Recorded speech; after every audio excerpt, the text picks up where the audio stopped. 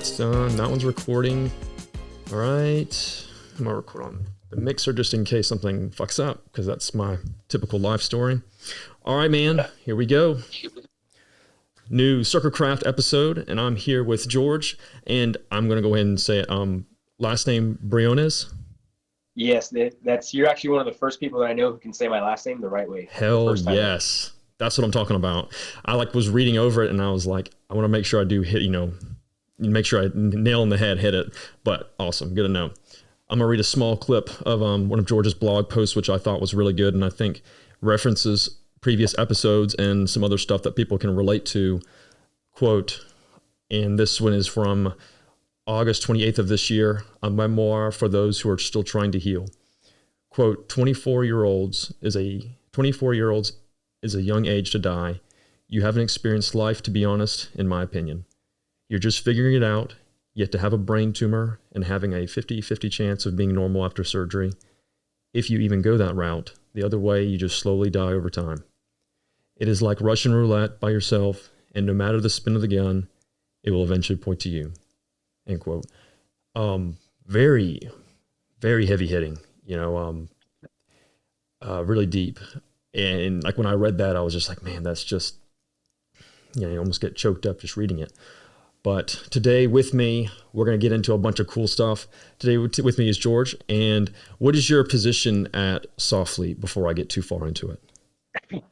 So head of human performance / director in training for programming. I think at the company, everyone would agree with me that titles are just for it's just titles. Sure.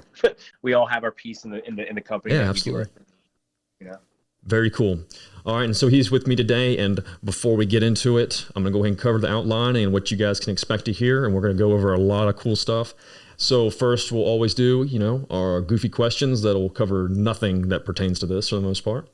A little bit about Soflete, everything in and or regards to it, regional trainers, dieting, leaderboard, which I'm really excited to talk about because I'm competitive and I like talking about that, the exercise you can experience, supplements, also really excited about, a little bit about George himself, a little bit of his background and some of the projects that he's got going on outside of Soflete, other topics including him writing a book possibly, blog, podcasts, photography, and then we'll wrap it up with hobbies that he enjoys doing that doesn't pertain to anything above regarding work.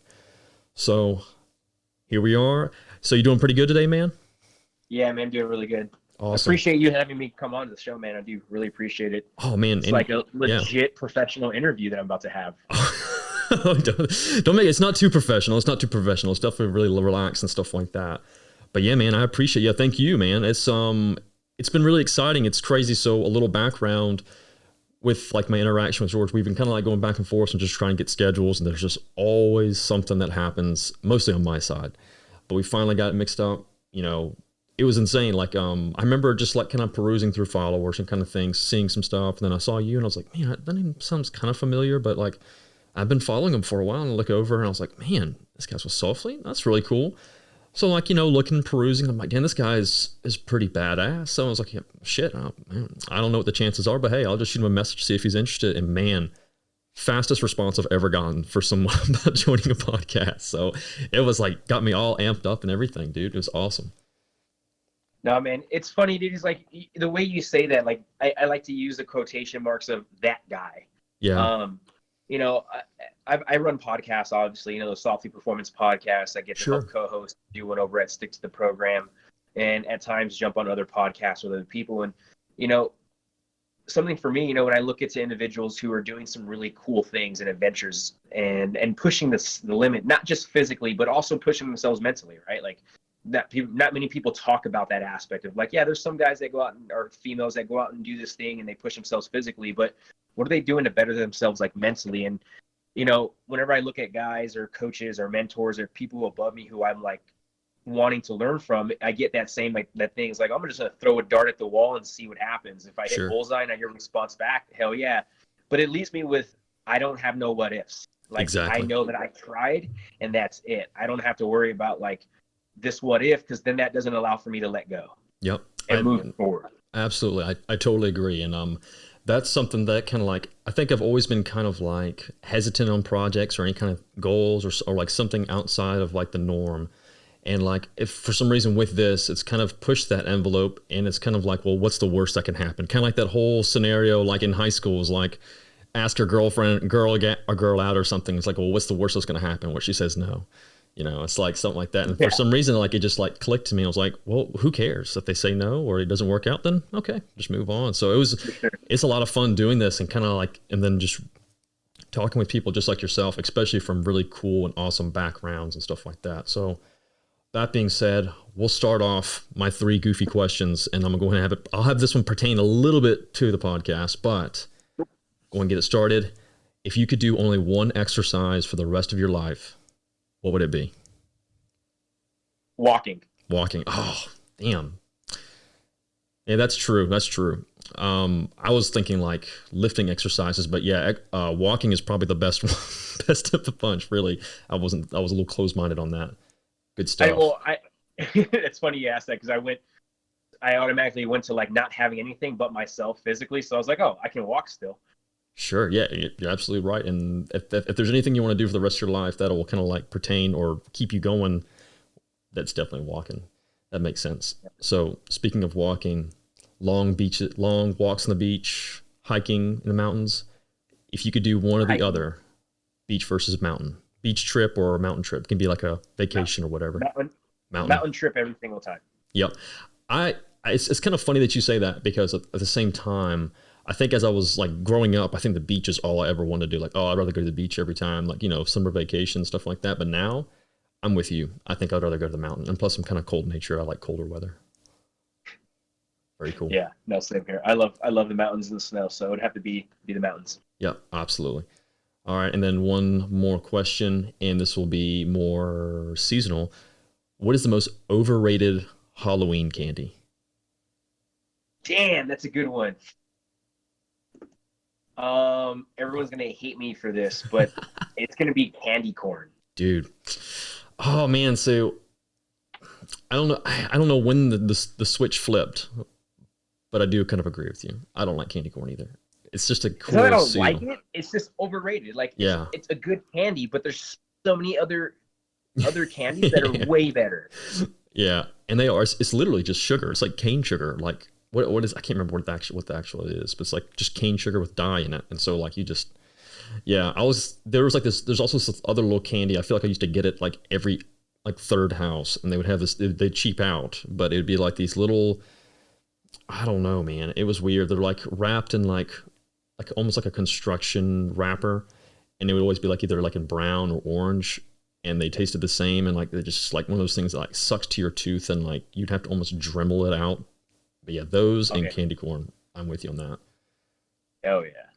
But awesome, dude. Okay, let's jump into it. Let's go and switch gears and get more a little bit of your background. So, George, tell us a little bit about yourself and, you know, your job at Soflete and kind of what is Soflete? Yeah, I am a prior reconnaissance communicator. So I served the Marine Corps for about 8 years. I got out and ended up jumping deep into the strength conditioning road. I think I was already, swimming in the shallow end when I was an instructor at the schoolhouse, learning how to get guys through BRC as a TAC instructor at that school, which is basic reconnaissance course. It's the selection schoolhouse for becoming a recon Marine in the Marine Corps. Very cool.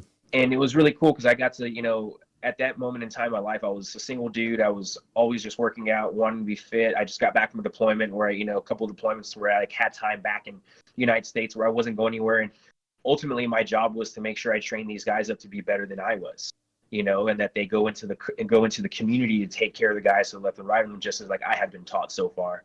So, I took my job very seriously, as I still do to this day. Like if I learn something new, I need to start understanding, or I want to seek to understand what's going on.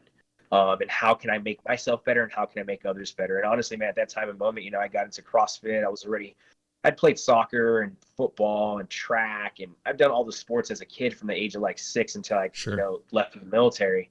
But what I didn't realize was like being a tactical athlete, and again, like a tactical athlete is something that is a new term nowadays in the strength and conditioning world. At the time I was a military athlete or whatever else. And, we didn't know how to train then. It was kind of just like go out and fucking pure volume, run, Right. swim, ruck, push-ups, sit-ups, and all that other good stuff. And over the years, as I've been in the strength conditioning world for the past 10 years, going on 11, coming up here now in 2021, it opened the doors that allowed for me to really look at training these guys, because I just got back from a couple deployments that, my last deployment I did was a really kinetic one. We fought the Taliban every single day. There was a lot of crazy things, and it really gave me insights to how the body needs to be super strong going into these types of environments. And granted, we're not in a wartime anymore, but having that resiliency and having that understanding of what we have to go through to get ready for it has been a really big part of my foundation 10 years later, after I look back at that time period and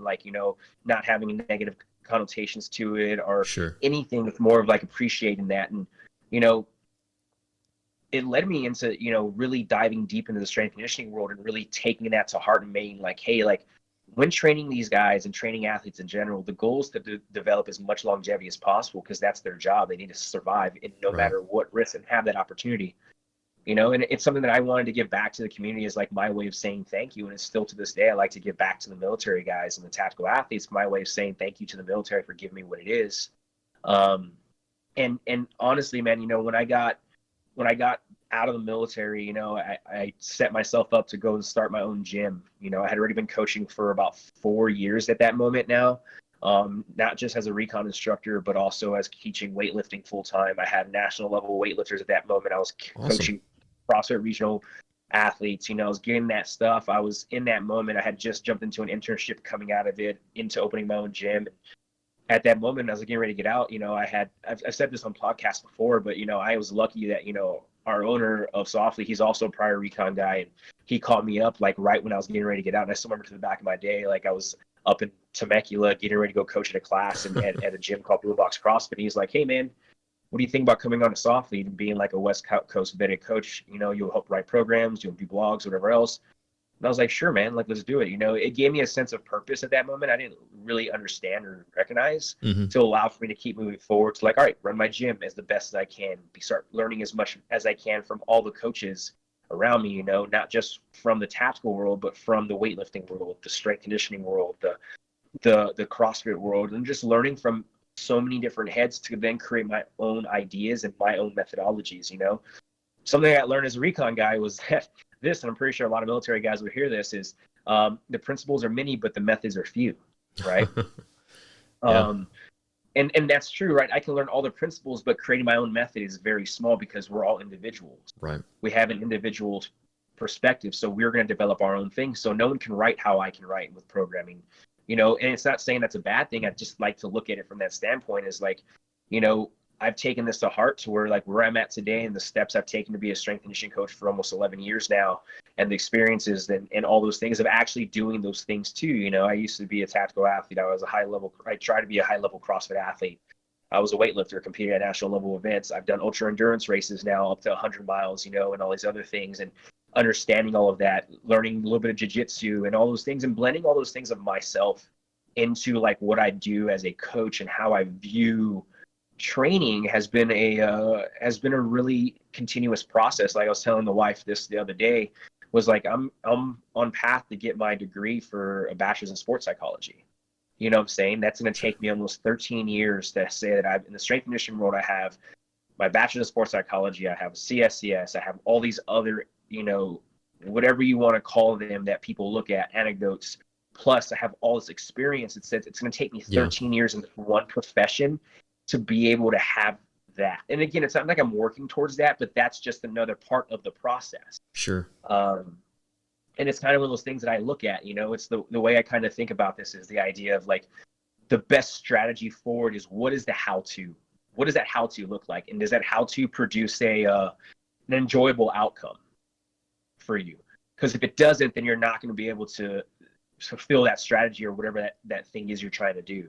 And that's kind of where I'm at today in terms of, when I look at training and developing as a coach professionally and helping out and doing what I do with Soflete, and how I started my foundation in terms of a strength conditioning coach and where I'm at today. It's, a lot of it has been because of where I'm at with Soflete, not being put in a box. Hey, we need a challenge to do things, we developed a program that's called the Apex program, it's a strength and endurance concurrent training program where you can go out and run 50 to 100 miles off these programs and still be strong and durable. Jeez. Like there's not very many programs out there like that. Right. There's not, and there's a couple of coaches out there like Alex Vieta who ran hybrid performance. I forgot the name of it. Like I've interned and talked to him, like interned under Juggernaut Training Systems where those coaches were over there, and I learned a lot from that. But I also looked at what I don't want to do from seeing the wrongs. What I'm saying? And I'm not saying I don't have wrongs, but I've learned from other people's wrongs to make sure I don't fulfill those wrongs and I have the rights out of it. So seeing too much volume with strength work in an endurance program, this is the outcome. Right. Putting too little strength work into an endurance program, I see this outcome. But finding that centric aspect of strength and endurance to give that athlete, it all varies. You're never going to hit the dot, or the dart in the bullseye. You're going to hit around it. But if you can be consistent with that, I look at that as a win and not always hitting home runs. Sure. Yeah, absolutely. So I think you hit on a lot of things recently too. So I'm not sure if you've heard it, but my last podcast was with a weightlifting coach specifically. And he covers a lot of what you just mentioned as well. And so like one aspect was also training the body and adjusting the body and getting like one thing that he really, really hit on was basically prepping and repping joints and getting them prepared to, take the load and the weighting because, and that was one thing, he kind of covered in comparison to CrossFit, but that was something like that he said that made, basically kids who started in weightlifting in a very, very young age is why they excel because they pretty much prepare their joints and their body for that weightlifting. So it's interesting that you kind of bring up that part, that aspect of it and kind of like using different utilizations from different parts. Of course, his focus is pure weightlifting as a sport and as a Olympic sport. But at the same time, it's really cool that you implement all the kind of things, like you said, you learn from. And I think that's really important too, because if you don't learn from little mistakes like that, or you don't pick up on little things that maybe one person does one way and, and not having a box to restrict what you're able to do is really awesome too. So like you kind of just you're able to learn from stuff and then implement your own program within it as well. That's really cool. Yeah, man. And it's kind of one of those things that what makes Soflete so different is that like, I said this the other day, Soflete becomes like that one-stop shop for a lot of individuals because we have all different types of programming. When we look at the individual that follows, the programming, the idea there is like these guys come from all walks and females come from all walks of life. They're moms, they're dads, they're leaders of corporations, they're nurses, they're doctors, they're tactical athletes, they're adventure athletes, they're endurance athletes. The style of programming that we put out varies so much due to the ability to expand it, right? Like I've coached I've coached multiple meets at A sessions at national meets. I've coached at international weightlifting meets before to get, in the masters and that kind of idea. Like I've done those things to where it's like, cool, I've specialized in certain things to where now I can now take all the specializations and turn them into spheres of generalization. You know what I'm saying? Yeah. And I think that's a lot of what we do at Soflete is be able to take these specializations and be able to turn them into a generalization where we create that a foundation to where athletes then, if they want to go run a ultra marathon, they can train for that now after following this foundation of the whole athlete or the, being this full athlete and living this lifestyle, and like that's something that we're working on right now. There's a project that me and my other coach, Matt, right now, he just came out, he moved out from the UK and we're working on a project right now. And that's what I'm trying to convey right now is this whole athlete idea, right? The athlete, the self is made of multiple different layers that we have to learn to efficiently move through to understand how to give us what we need. And having to dissect each one too and kind of cover those bases.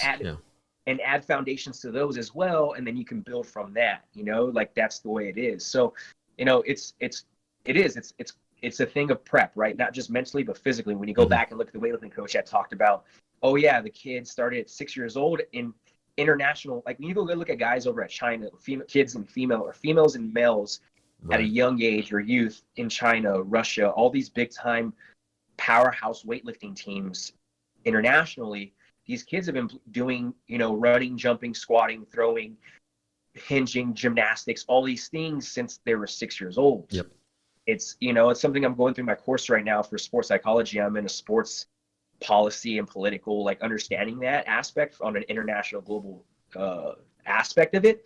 And it was really cool is like showing like how these countries use these development programs to help create morals and values of what they want these kids to be like when they get older.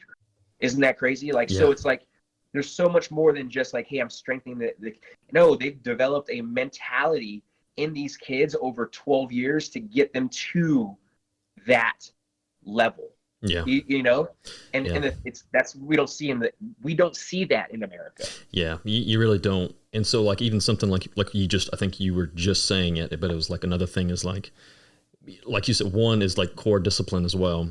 And then implementing mentality and psyche of like, you know, getting under the bar, not being afraid to go over the weight, you know, or like, you know, attempt something. So like we're, you know, someone who maybe started that later, he's like, oh, I've never done this before. And I'm kind of hesitant, and I'm confident, but at the same time, it's like, I might fail this, where they are more willing to risk that and go for it. Cause that's all they know. It's just a psyche, a mentality that where they're just going to give it 100% every single time whenever it comes to like competing, lifting and all that stuff. And effort value, I think is going to be through the roof compared to maybe a lot of American athletes, et cetera, when it comes to the sport, at least.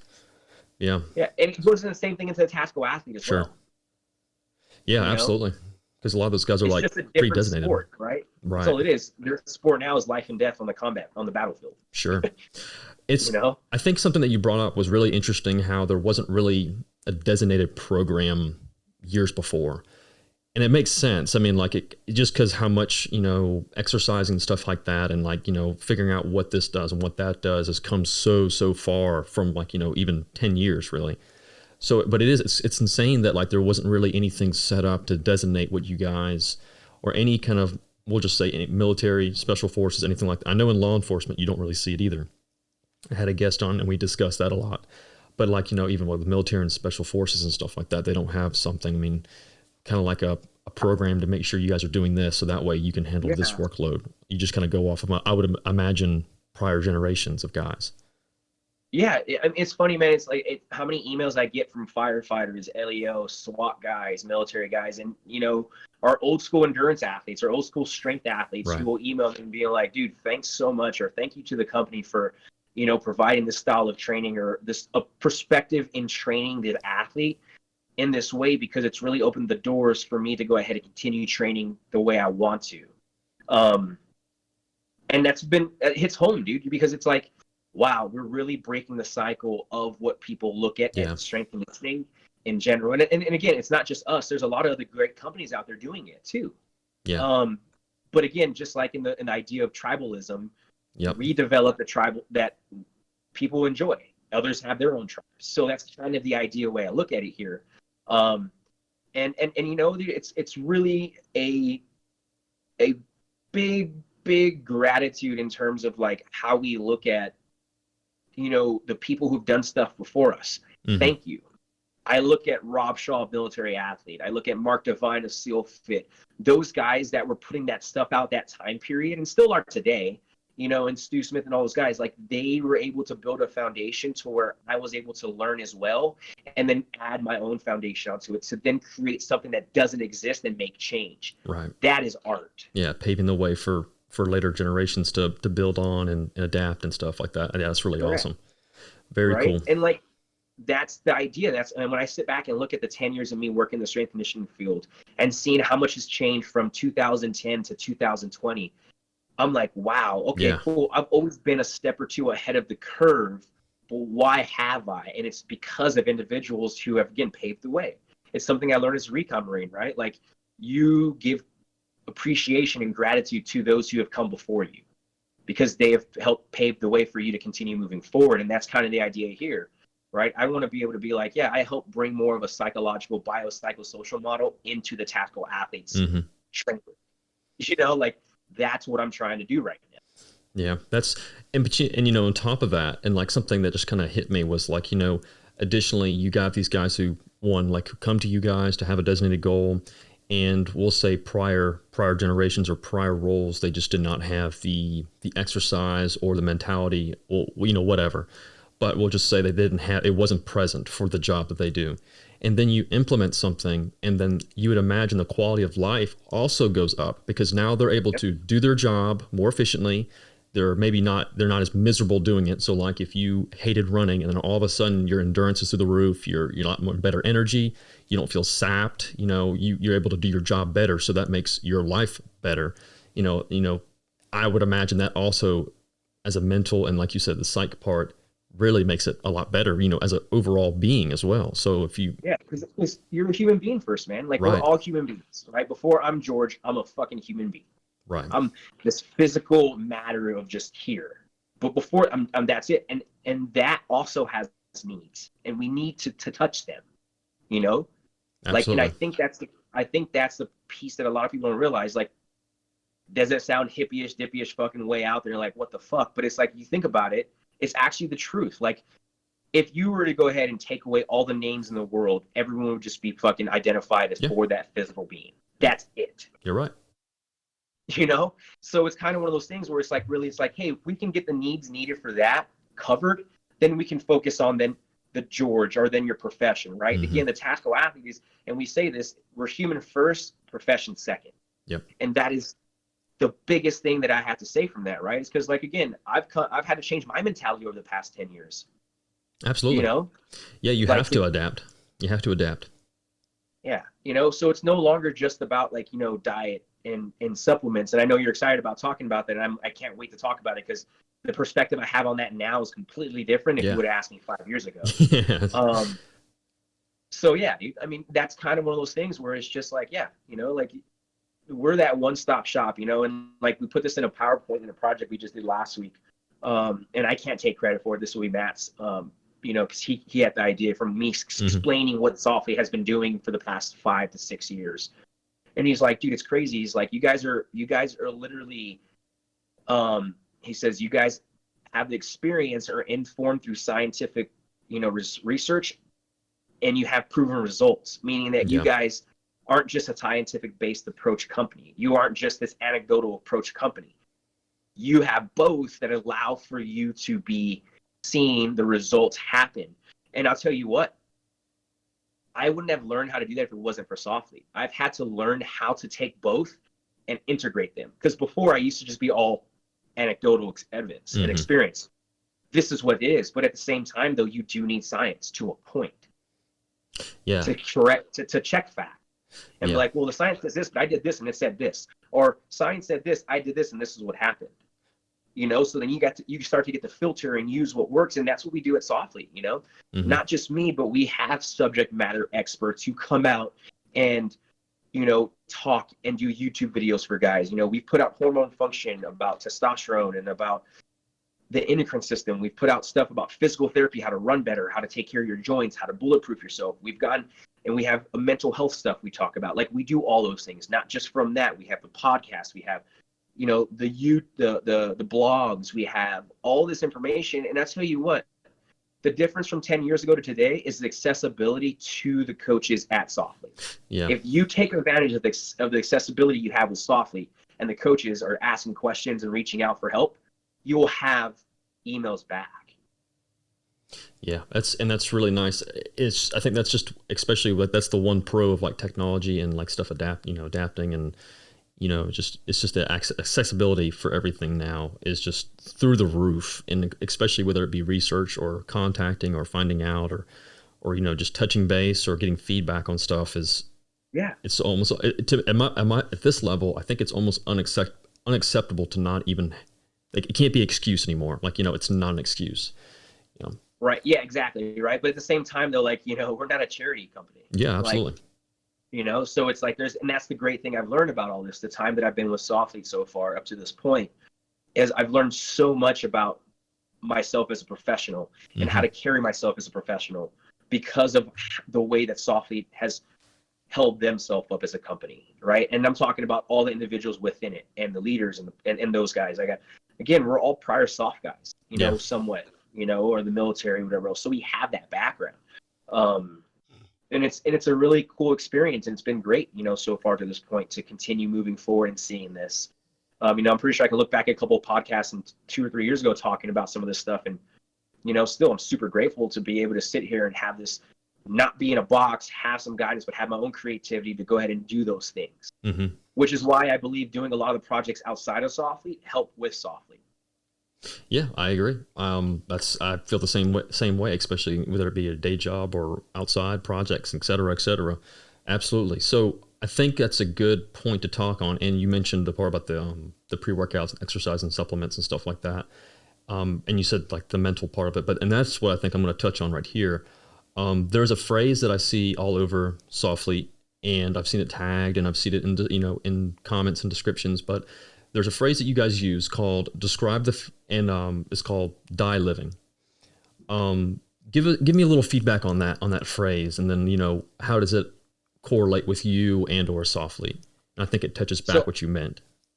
I get this question asked all the time, man, and sure. I always say this is, I can't speak for everyone else. All I can do is speak for myself in terms of what die living means to me and why. Absolutely.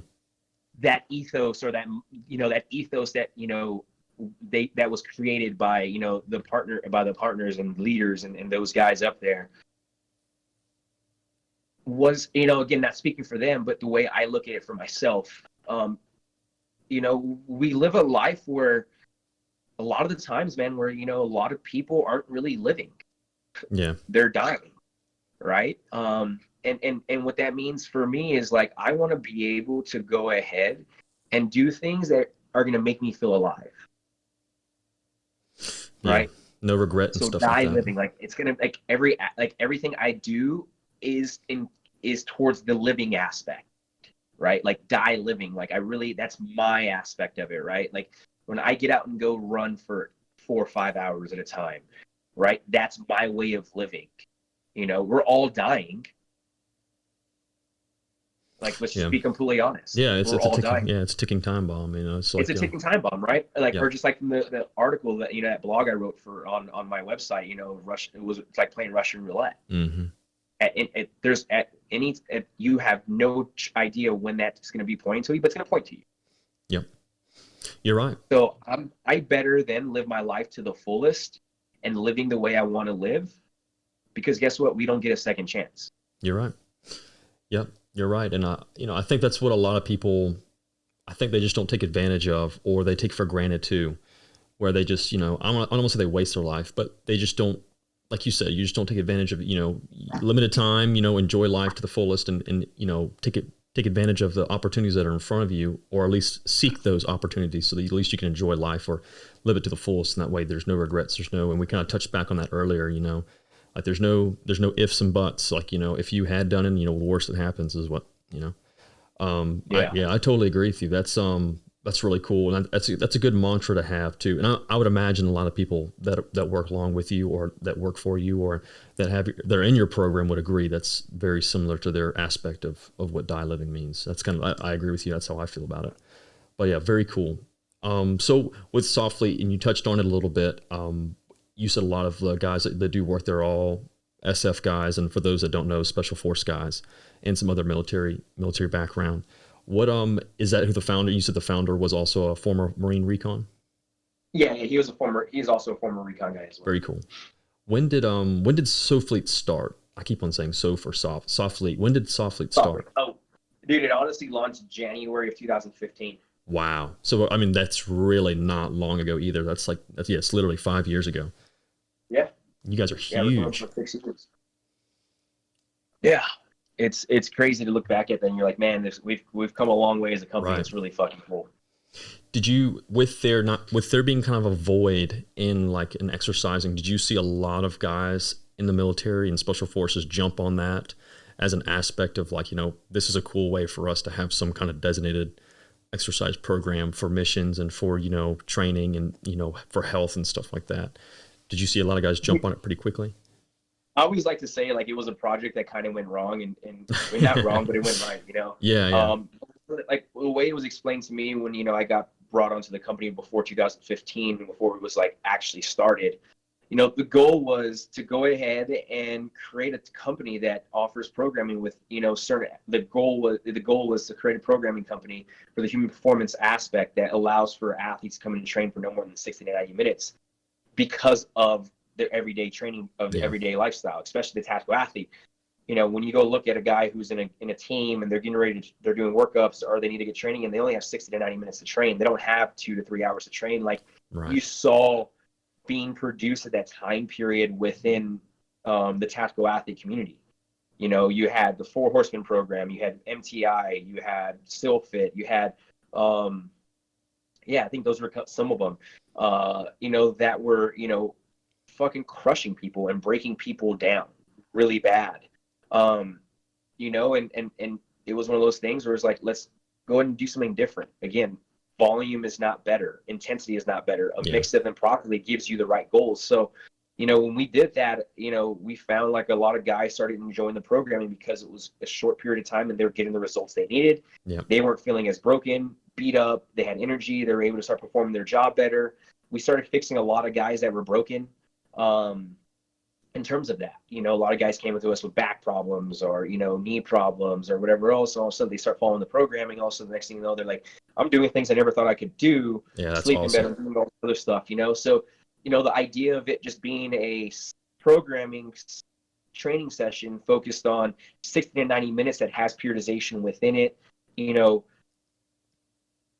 that there just kind of started it all. Before we brought in nutrition, supplements, or anything else, it was just simple as like, hey, let's put a 60, 90 minute training session that's focused for the tactical athlete. And what we found was there was other athletes besides the tactical athletes following the program. Yeah, that's what, and that was gonna be my next question. So like, obviously maybe the original target clientele was, more military, special forces, maybe even law enforcement, but now it's obviously expanded. Yes, and firefighters. And firefighters, excuse me.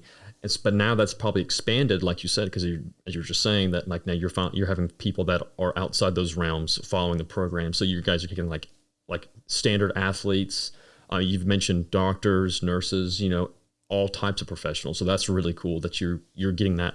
It's branching out. Like, you guys aren't restricting it. And I think that goes back to the part about you mentioning the box, where you guys you're not boxing yourself as a program. It's not like in a way, it's like almost like you mentioned tribalism, but at the same time, it's a cool way of doing it where it's tribalism to the fact where if you're not in those backgrounds, you're not allowed in, where, everyone is in this together. So, you're accepting people from all types of backgrounds, I think is a really, really cool aspect. And that's just the idea behind it, right? Like, and that's the idea is that that's the goal, like that is the goal. So it's been a really cool thing to notice, like I said, like I just did on our Facebook team room page that we call the team room. And I requested to have some like testimony stuff and to see the amount of different individuals, the variation of individuals from firefighters, LEO, doctors, nurses. And that's the reason why I said that, because I got like, I think I ended up, I went through and I saw quite a bit, dude. And it was like the variation of dudes from the Army, Marine Corps, the Navy, the Air Force, it was just a variation of everything. You're like, holy cow, I have every single different type of athlete on here, from the dad who's beat cancer and who now has lost 40 pounds and has been following Soflete, to the guy that, blew his back out from an injury going through a school, in the military, to now he's back and doing all these other things, to a firefighter saying he couldn't specifically have the energy or power to do a thing, and now he can. Like I remember one guy, a SWAT guy, he was like, dude, I'm 165 pounds. I've never been able to kick a door open with one leg. He's like, a year after Soflete, I can kick a door down with one leg. It's like, things like that, like you get told, you're like, holy shit, that's really fucking cool to hear. Or like we even use the National Guard and Army, for example, like the ACFT test that's out now. That's a new thing that's being pushed. Being able to like develop a program for that, a 6-week program that is one of our highest generating fucking programs that have been downloaded PDF wise, because we don't do PDFs no more. It's all in the app. So that was one that was a PDF, and we had the highest, and it's been used throughout the National Guard and the Army, and we've seen nothing but great results off of it. You know what I'm saying? So it's like, what I like to utilize, when I was trying to figure out the words for it, it was like, it's not the program that works, it's the consistency of the athlete following the program. Yep. And that's 90% of it right there. So like, and I think that's a big issue. So, and I think it sounds like you guys really kind of keep people accountable too, which is also instilling that mental part of, again, like you mentioned earlier. Yes, and like again, going to the leaderboard, you know, we can talk about the leaderboard. Mm-hmm. You know, I know a lot of people enjoy it, and we're working on some new projects and stuff. I can't because we can't talk about it, but there's some stuff that we're, you know, some projects that are coming out here soon that we've been working on in the back end and everything else like that, and it's going to be completely different and user friendly and more gamified. To where the leaderboard, you know, is a legit thing to be excited about. Because right now, like the way it is set up, is it's great. People utilize it and everything else like that. But at times, though, you know, we see some outrageous fucking numbers on. You're like, well, where'd that come from? And it's just how leaderboards work. Yeah. You know what I'm saying? So yeah, so we are going to be doing it. We have moved that way to make it more competition wise to help improve not yourself but your buddies. So yeah, for example, if you know, if you, let's say we have 5 people. Let's say we take your team, your podcast group, and you put everyone in there that has done a podcast, and you have them involved in there. That's their leader. That's your name, your leaderboard, and they follow the Soflete programming. You then can look at the program guys you're on and who's doing what, and then you have a leaderboard against each other, who slept well, who all these things. You know what I'm saying? Like really you'll be able to get into it. Yeah. So like there's a lot of stuff coming down that we're working on and trying to get to happen, but at the same time though, it's like the leaderboard is great, man. I just try and avoid the leaderboard as much as possible with, you know, especially with people who are really over competitive, because they'll go ahead and put their self-worth into the leaderboard, and it ends up creating a very negative association. And it actually, I don't know how much science is on this, and I probably could look it up, but I do believe that it does decrease performance overall. Oh, okay. Throughout the cycle. Do you think that's because of people maybe getting down on themselves or seeing some lofty goal of somebody? Yeah, it's one, I see the fact of one, most people are very egocentric, right? So if they're not number one on the leaderboard and that's who they think they are, it can be a real gut check. Yeah. 2, it comes down to like someone has put their full on worth of who they are into this goal. 3 would be, you know, individuals who just have unrealistic expectations of themselves, and they get this and they go and they see other people doing these things, and then all of a sudden they feel that way. Yeah. So, you know, I look at the leaderboard as a way just to track your information. So if you need to go look back at it down the road, you can. And to have some, you know, again, personal accountability. Oh, cool. On this day, I did this workout. What if I do it 8 weeks again from now? I did this workout. I improved by 2 minutes. Now that's cool. Now, I actually didn't improve and I decreased by a minute. Why did I? Mm-hmm. And I think that's important too, is being able to have retrospect too on something. So like, that's like one thing I would always tell people when they would ask me for like either like minor help or like, you know, introduction to like, you know, exercising and stuff like that. And I'm not a trainer by any means, but I would help people because they would see because they saw the results I had. And I would tell them, you know, like, one, importance is sticking with the program, like you mentioned earlier. And then 2 is setting like a baseline. So you see where you are right now. And I would always tell people, like, take a picture of yourself, you know, take your shirt off, you know, don't suck in, you know, take a picture of yourself. Yeah. And then in 8 weeks, if you're continuing with the goal that you had, what's the change? Like, look at the difference. Like, that's what motivated me, was like, I can tell I'm changing. Like, I can tell I'm getting better. I'm getting better shape. I'm getting stronger. And I feel like that's kind of like, that's how I view leaderboards, I guess, in a way. So I totally agree with you on that. And I didn't think of it in that way, as like, you know, maybe especially since you're getting people from different fields too, that will have different, you know, mentalities and psyche, and like, you know, they're not going to think the same way. But that is cool. And like, you know, being able to implement that, at least being able to track it. And then I think what you're describing right now, what you're talking about putting into it and upgrading it, I think that'll be really, really cool too. That's really awesome. Yeah. And that's, again, it's just the idea of like building the community and continue having that community feel. Yeah, absolutely. And I think when you do that too, and you have like motivation from others and groups and stuff like that, I think that also pushes you. And that's what the gentleman that I interviewed prior, was the way they have it, where they're set up in their club is more of like a family aspect. And like you mentioned, and, you know, everyone motivates each other. And that's what he was one thing. He's like, you know, if there's negativity in here and there's people who like discourage others, then, you know, then we don't want you here. You know, that's not what we want. And so like, that's what they implement. So everyone is like challenging each other in a positive way to, you know, better themselves, and always motivating. So that's really cool. I think that's kind of like the goal of that. So that's really cool. I like that.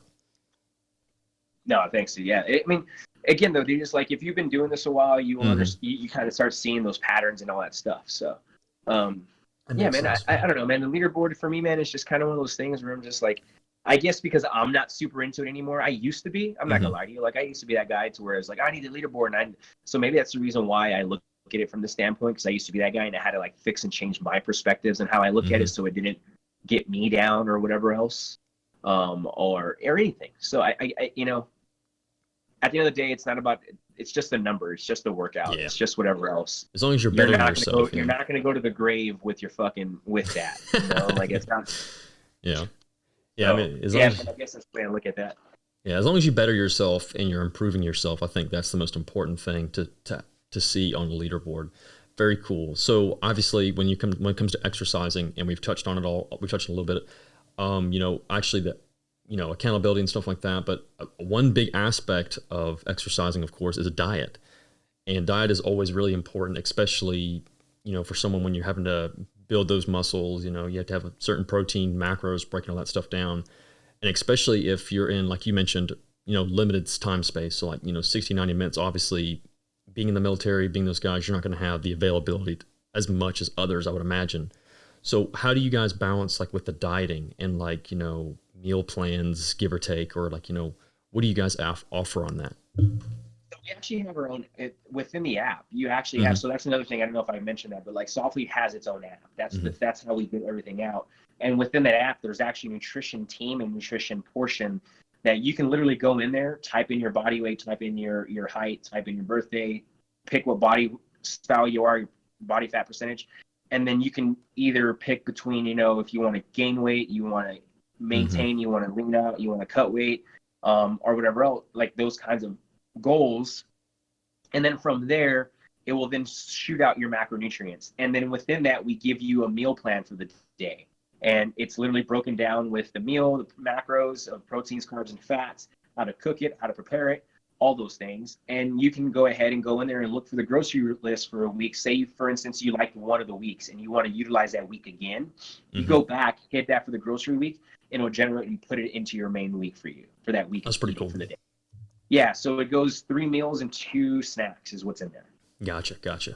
When and obviously it also depends on the athlete and what their target and their goal is with their with their programming. But what's like the macro balance do you guys normally go for? Like a 60, 20, 20, or like a 30? It varies, man. Yeah. No, it varies because so when you're asking about macro balance ratios, it varies because if the athlete's trying to cut weight, if the athlete's trying to gain weight, if the athlete's trying to maintain, but we do have a low carb option or a high carb or a high fat option, or a high carb, low carb option, which has been really cool too. So then I play around with, I cycle carbohydrates in and out every day. Right.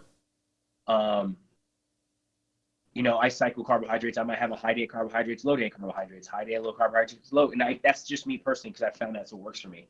But some athletes enjoy high carbs. Some athletes like the lower carb stuff.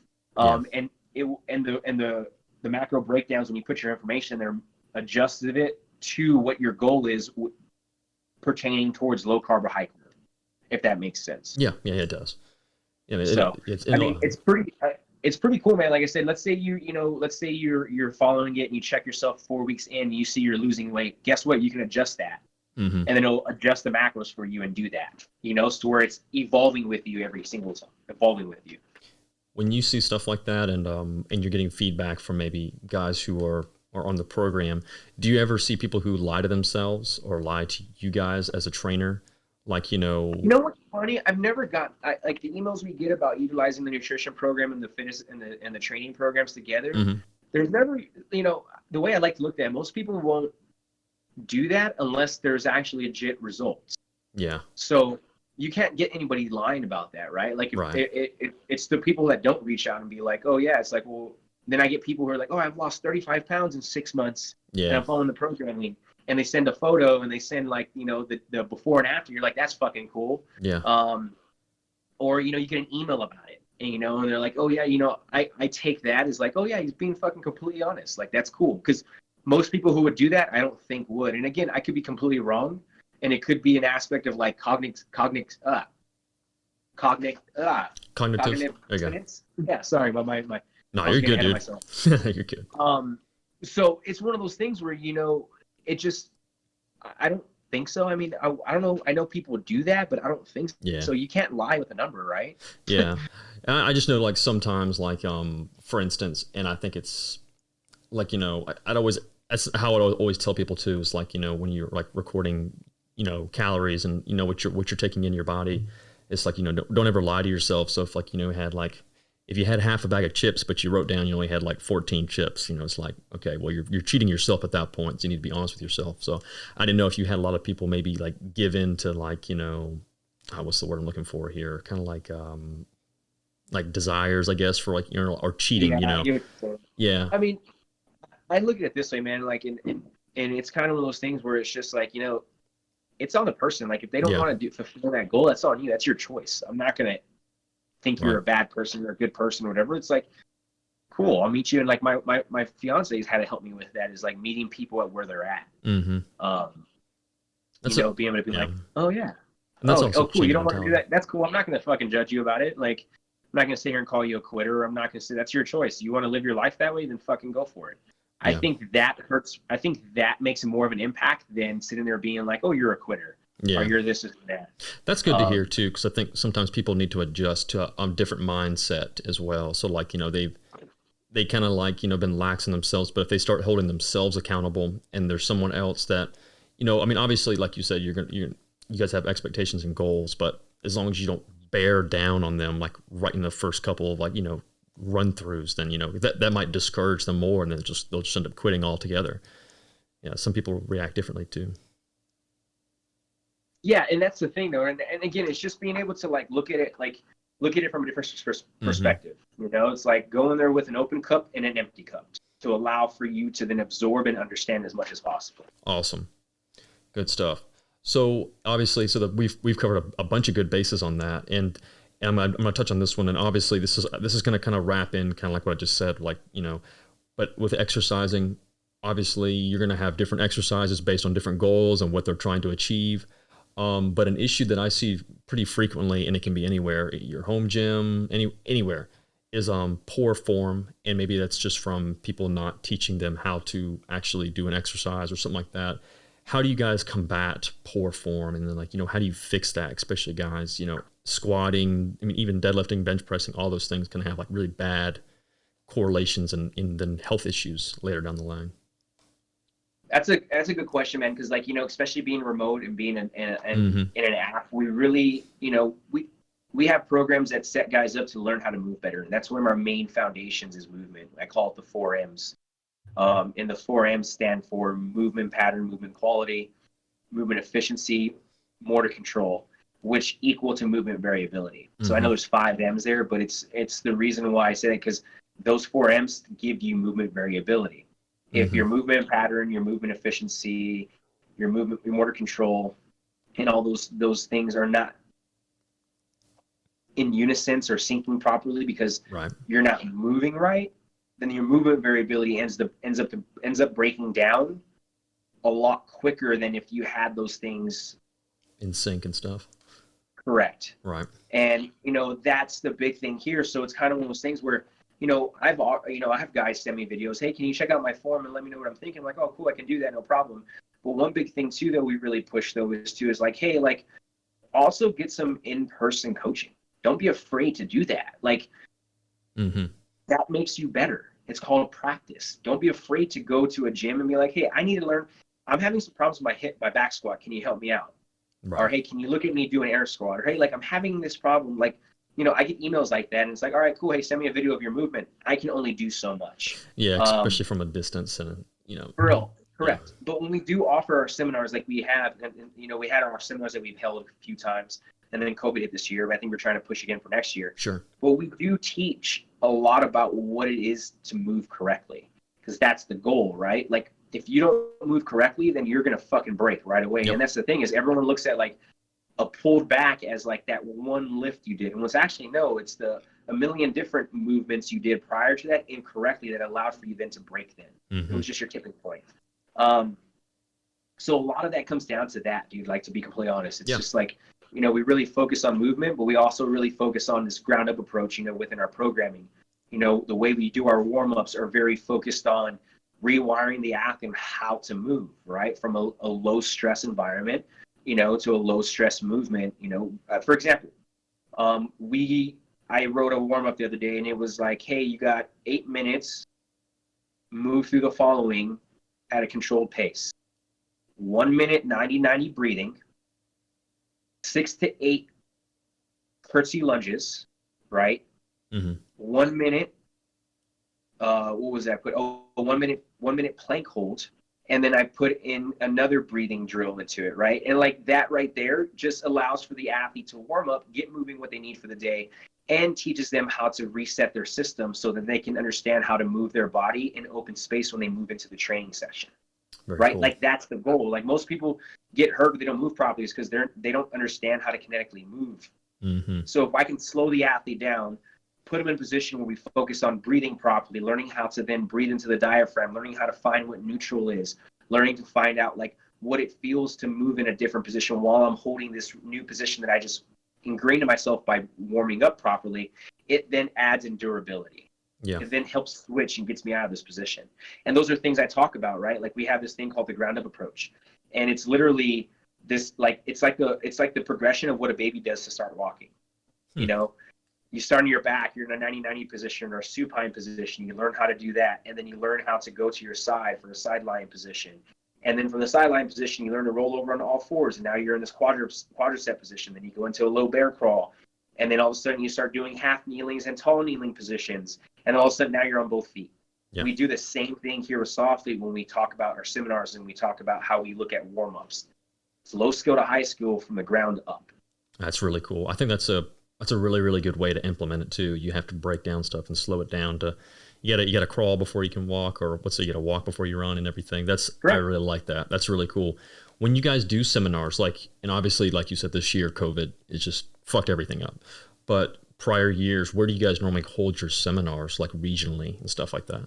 So we've done a couple up in the West Coast, upper, like the Northwest area. We've done a couple up there for that, a couple SWAT units up there in that area. And then we've done stuff out on the East Coast. We have our own facility, but we've never really held a seminar there. We never did it because it was more of like an office media type place. I got you. But yeah, like that, you know. So we try and hit areas that are going to be, one, highly trafficked with the Soflete members. Two, make sure it's accessible and not really hard to do. I know we've done one up in Redondo Beach, and, you know, it was like a 2-hour drive from the airport.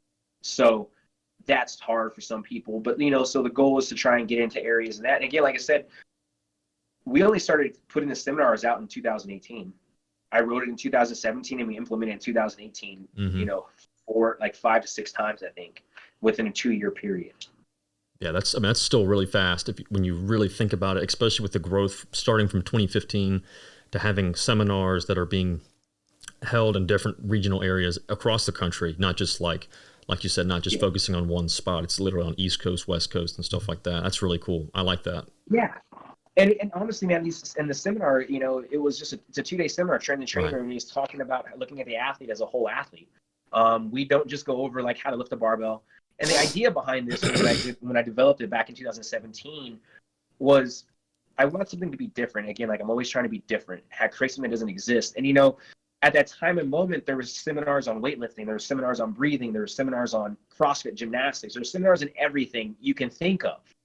You know what I'm saying? But there wasn't a seminar at that time and moment for the tactical athlete how to integrate stress recovery tools, recovery management, sleep, and nutrition. There was none of that. There was individual seminars for those things, physical fitness and physical health, but there was never just a one-stop shop seminar to where you can come in and how do we actually integrate these things? Because most of the time, you understand these things. You know what stress management techniques are. You know what recovery protocols are and tools are. You know understand nutrition. You know that you need to sleep 6 to 8 hours. You know that you need to physically train. You know how you've been to do those things. So it was like covering wave tops in the physical fitness aspect of like barbell movements, strength movements, and talking about that. But a lot of it emphasized learning how to move better, how to go ahead and manage stress, and how to manage fatigue. That allowed for us to, you know, open the doors to looking at why we program and why we put things in the way we do and why we integrate it that way, so that the athlete can then go ahead and be like, I understand more of what this is going on, so it keeps them bought in and allows for them to succeed. Yep. And I think that, and then it ties all back into the mental part of it too. So like, if you're succeeding, then you're going to be more apt to continue and, keeping yourself in check yourself. So Correct. Very cool. So additionally, with all those, I think we're almost wrapping it up with, but I do want to cover my favorite part of exercising. I don't know why it's my favorite part. I guess maybe it's like a treat or something like that, but supplements. Supplements are always, there's always a lot of gimmicky supplements, especially in the lifting area. There's just so much stuff that just gets pumped out there, and it's just awful for you, or it's filled with too much stuff that you don't need, or it's underdosed, overdosed, et cetera. So you guys offer a couple different things, but let's cover some of those. So what all supplement wise do you guys offer, and what's the process of you guys figuring out what this is? This is what we need, this is what we don't need, and this does not need to be in here. Man, it's actually funny you say that, because like I am going to be the first person to tell you I'm horrible with the supplements aspect. Like that is one thing that I have like kind of not dug my nose into due to the fact of just, sure, I guess not the desire to, but like I've kept my nose and understood what we do here at Soflete, so it's cool I can speak on that. Mm-hmm. When it comes to the teddy bear night, right? Like I didn't understand what it was at first, like what they were doing with it. And they're like, oh, we're utilizing it for better sleep and putting melatonin into it. And for me, melatonin for me actually screws my sleep up. Yeah, it does me too. So like for me, I just didn't understand it. And again, it was one of those things where I was like, man, all right, cool. But understanding, like, again, when I started looking and testing this out too, like Teddy Bear Night at that time period, I had already just fixed my sleep. My sleep was really fucked up. And I had fixed my sleep on my own. So I understand like this is for individuals who are having trouble sleeping, going to sleep, who work a crazy lifestyle, who haven't been able to really get their sleeping down pack. Again, it's a sleeping assistance. It's a supplement. It assists you in doing something, So that's the idea behind it. When us putting the casein in there, that casein is a slow processing protein. Mm-hmm. So it helps throughout the night, right? Because we all know that our bodies, and if we don't know, our bodies go into starvation mode when we go to bed. So the goal is to recover during bed too. So putting in that low, slow breakdown of casein in there with that melatonin was a very good blend that we saw. And it's actually one of our biggest fucking selling products, supplements. People love the shit out of it, dude. Like people talk about putting milk into it or doing whatever else. And yeah, man, it's been a great thing. Everyone that, I've pushed towards it, everyone loves it. Everyone's always coming to Soflete, when it comes to supplement line for Teddy Bear Night. So who thought of the name for that, by the way? It's an awesome name. It's very catchy, eye grabbing, and it obviously it just gets your attention. Honestly, man, I don't know who did.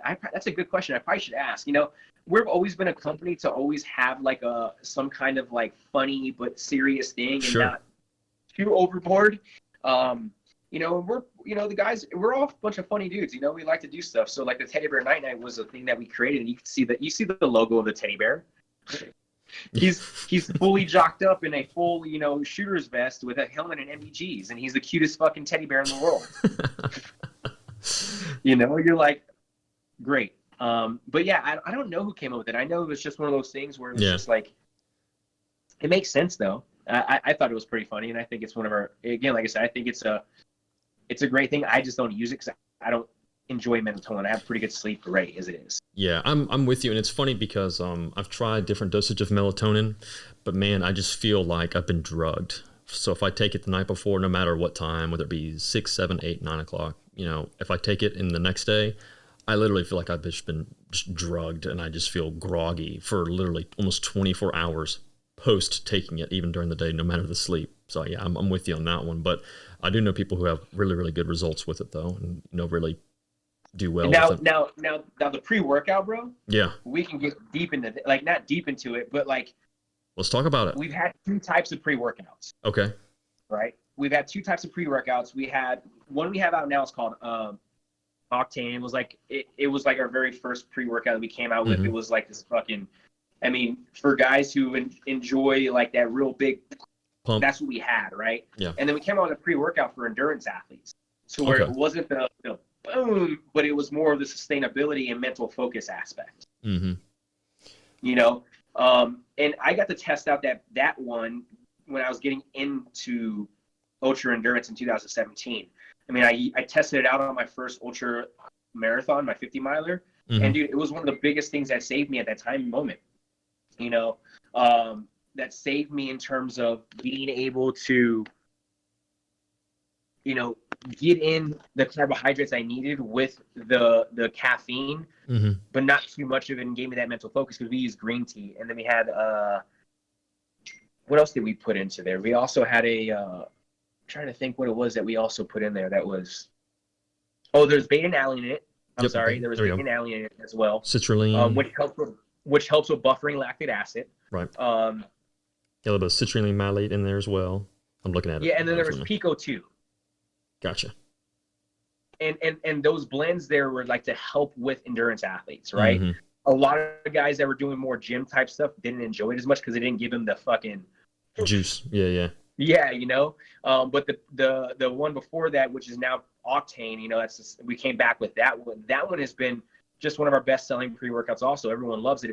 It's a bang, but it's not one of the ones that bang and it leaves you fucked up for the next 6-7 hours. Yeah. Now, if you snorted fucking 10 lines of it and fucking took 5 cups of it, like I'm pretty sure it would, but the serving recommendation, it doesn't do that. Yeah. But yeah, man, that's, as far as like the supplement aspect, like as a guy for myself, man, I really don't push much supplements. I think I use some protein powders here and there, and we have a protein powder and I enjoy using that, and that's good. But other than that though, man, like everything I do comes from either food, and that's really it. If I need a kick in the butt, I'll drink caffeine. I'll go drink coffee. I'll go straight to the source. Right. Things like that. If I need a jolt before an endurance session, I'll go put some honey down, and some coffee and get after it. Things like that. I've just learned ways to just kind of be natural with it, just due to the fact, like in the past, I used to take a fuck ton of supplements. I didn't know what I was doing. I was just putting shit and mixing shit together. I'm pretty sure you've done that as well. Yep. I remember when I was weightlifting full time, I was like prepping for the American Open back in like 2016 or 17, one of those two. And I was taking like a scoop of creatine, a scoop of like this Bull Knox fucking pre-workout, which by the way, I think was probably banned because of a little bit of stuff in it. I don't know. Mixing that with beta-alanine. What else did I put in there? I put something else in there, dude, like that, like, again, I didn't know if it was working. It made me lift more weights, I guess, but it was just one of those things where now it's just like, yeah, I don't need that. Like if I go for a long run, the most I'll mix maybe is the endurance pre-workout with some Endure, and that's it. So I have a little bit of like that jolt, and then I have some carbohydrates coming in, and a low glycemic, because it's a low glycemic carbohydrates, not high glycemic. So I'm that's what I'll put in, or take in some sea salt and into my water, or I take a thing called Element, which has sodium, magnesium, and potassium in it, and I use those things, But it's more of I use more the idea for nutrients than I look at it in terms of like supplements, like for creatine or for pre-workout to give me an extra boost. Right. Yeah, and that's and like what you just said about some of the there's been, I think, maybe 2 or 3 supplements that I've had in the past that would later be banned within 6 months of taking them, with banned substances, and then some that even would register very, very close as a methamphetamine, like on a drug scale. It's like insane how some of these, like, or basically an Adderall.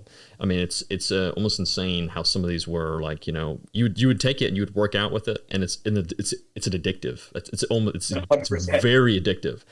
And that's kind of like where I got all that balance. But what you just said about kind of cutting off a lot of these pre-workouts and stuff like that, not feeling like you have to rely on them, you're 100% right, because having some basic necessities, like if I'm going to work out, I'll take a little bit of caffeine if I feel like I need it, and then maybe I'll drink some BCAAs or something like that in the process of doing it, and that's like the most. I do still take creatine though, but I don't feel like I have to take all these hardcore supplements to feel like I need to meet ends meet. Well, it's funny, man, is I eat a fuck ton of red meat now. Yeah. So I get creatine naturally. Yeah, you're right, and your body makes it naturally. But then, like you said, red meat also provides it as well.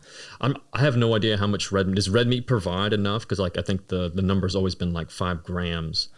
I mean, when your primary means of protein is red meat, I think you'll be fine. Yeah. Huh. That's pretty cool. I never yeah, thought I mean, about I just that. got like, yeah, I mean, I probably I could go get a blood panel done for all that stuff and see where it's at. I just got blood work done for like cholesterol and all that good stuff, and I mean, I came back healthy and super super happy with the numbers that I saw with the way I'm eating, because you know everyone thinks like, oh, high red meats and proteins and whatever else, and that is like bad for you, and it's actually the opposite. It's been really good for me. So, and I think it's just my individuality growing up as a kid, eating rice and beans in the Mexican culture of San Antonio, Texas. So, yeah, man. But it's as the supplements and the dieting and the exercise, man. When I look at all that stuff, all of those things need to be integrated together in a consistent manner to allow for you to see change. It doesn't have to be a regimented, disciplined thing where it's like, if you do, you have to do this, and if you don't, you fail. It's like, no, be consistent with training. Be consistent with eating a balanced diet of nutrients and calories, right? Like, it's not just about the calorie balance. It's not about that. It's about how much nutrients comes in that one calorie. I've talked about this on our podcast, the Soflete Performance Podcast, of looking at food as energy. You know, that's the idea. You know, looking at supplements. All right, why am I using this for? Is it to help aid? Am I getting it from my other food already? Cool. I'm going to blend this in as well, just for an extra boost. Again, supplements should be utilized after you've used everything else. It shouldn't be a fit into something because I'm missing it. Even though I know it's called supplements, but I look at supplements as something that should be taken after you've done everything else already correctly. Yeah, absolutely. And you know, like I said, like you said, and there's no other way to put it. So I'm not going to even try and reword what you just said, but yeah, it all has to be integrated to get the balance and the desire that you're looking for. You don't need to focus too highly on one or the other. Awesome stuff. That is really cool, man. So with the programming and all that stuff and all the things that you guys offer, what is like the subscription, like, you know, what, I'm not saying subscription, but like, you know, how do you guys run like the payment? Because obviously when you have this many aspects and this many things that you guys offer, it's not free, you know, life isn't free. So you have to have some payment or some kind of subscription method. Do you guys do it like on a monthly basis, every 3 months? Yeah, it's super easy, man. It's super simple, dude. It's you know, if you go to soflete.com right away, it'll go ahead and show you, you know, how to get set up. And we offer training. You know, when you go to the website, we have, you know, our gear, we have the fuels, we have our supplements, and then we have our training. And the way you do that, man, is honestly just sign up. Once you sign up, you get a 7-day free trial to the app. And then from there, it ends up becoming becomes for, you know, your all access for, you know, that ends up becoming $34 a month. Okay. And super simple. If you want a 12-month access, you can pay upfront $360, and that goes ahead and sets you up for the 12 months. You don't have to worry about it. But it's all included, meaning get all the programs from the strength, stamina, to our garage mentalness teams, to our apex teams, to our competition weightlifting, or, you know, for those functional fit athletes, we have it. We have a backcountry team. We have selection-based programs that we have out there. I mean, you name it, dude. You can go on there and find every program you need, and you're going to get it there.